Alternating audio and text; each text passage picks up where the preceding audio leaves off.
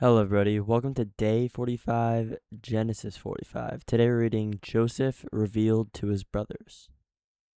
Then Joseph could not restrain himself before all those who stood by him, and he cried out, "Make everyone go out from me." So no one stood with him, while Joseph made himself known to his brothers.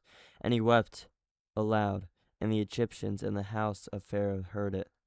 Then Joseph said to his brothers, "I am Joseph. Does my father still live?" But his brothers could not answer him, for they were dismayed in his presence. And Joseph said to his brothers, "Please come near to me."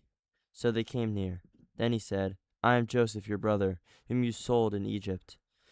But now do not therefore be grieved or angry with yourselves, because you sold me here.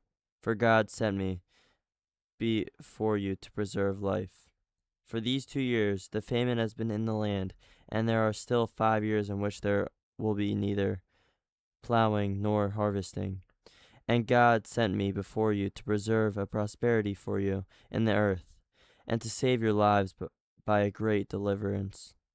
So now it was not you who sent me here, but God, and he has made me a father to Pharaoh, and lord of all his house, and a ruler throughout all the land of Egypt. Hurry, and go up to my father, and say to him, 'Thus says your son Joseph, God has made me lord of all Egypt. Come down to me, do not tarry. You shall dwell in the land of Goshen, and you shall be near to me, you and your children, your children's children, your flocks and your herds, and all that you have. There I will provide for you, lest you and your household, and all that you have, come to my poverty, for there are still 5 years of famine. And behold, your eyes and the eyes of my brother Benjamin, see that it is in my mouth that speaks to you.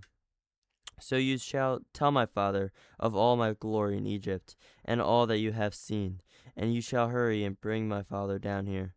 Then he fell on his father's Benjamin's neck, and wept, and Benjamin wept on his neck.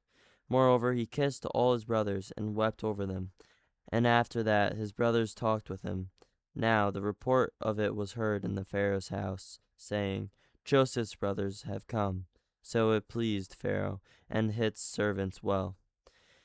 And Pharaoh said to Joseph, "Say to your brothers, do this: load your animals and depart. Go to the land of Canaan. Bring your father and your households and come to me. I will give you the best of the land of Egypt, and you will eat the fat of the land. Now you are commanded, do this: take carts out of the land of Egypt for your little ones and your wives. Bring your father and come.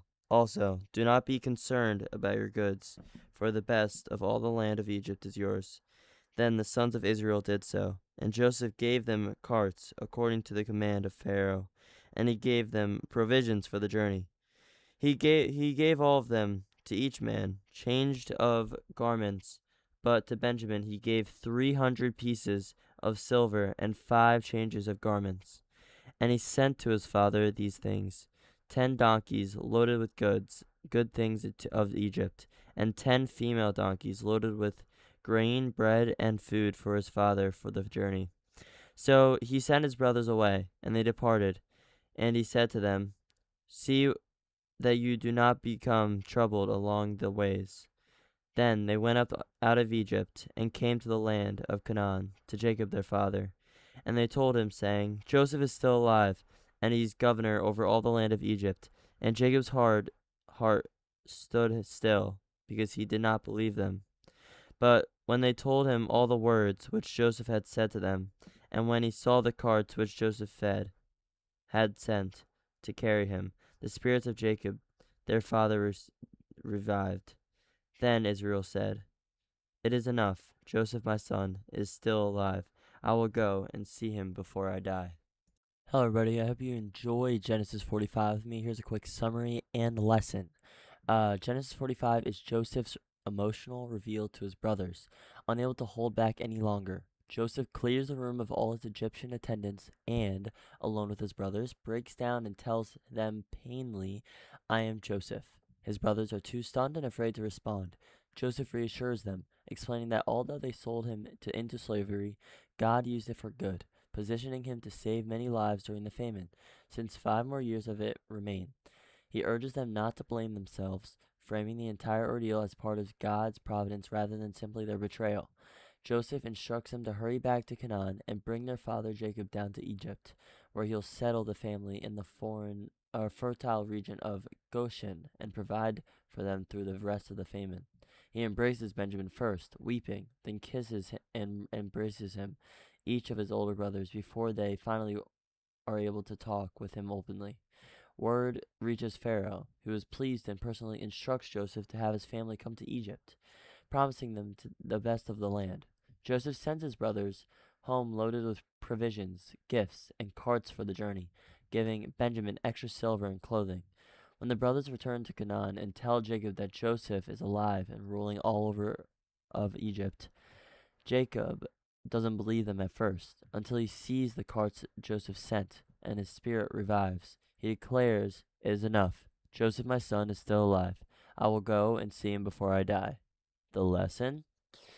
This chapter is the theological heart of the whole Joseph story. The idea that human evil and betrayal don't have the final word. God can still work through even the worst circumstances to bring about good outcomes. Joseph's forgiveness isn't naive or forced. It comes from a place of genuine perspective and faith, seeing his own suffering as part of a larger purpose rather than seeing something to seek revenge for. It's also a beautiful, cathartic release after chapters of tension, deception, and testing, ending reconciliation and restored hope for the whole family. Thank you guys so much for listening, and I'll see you tomorrow.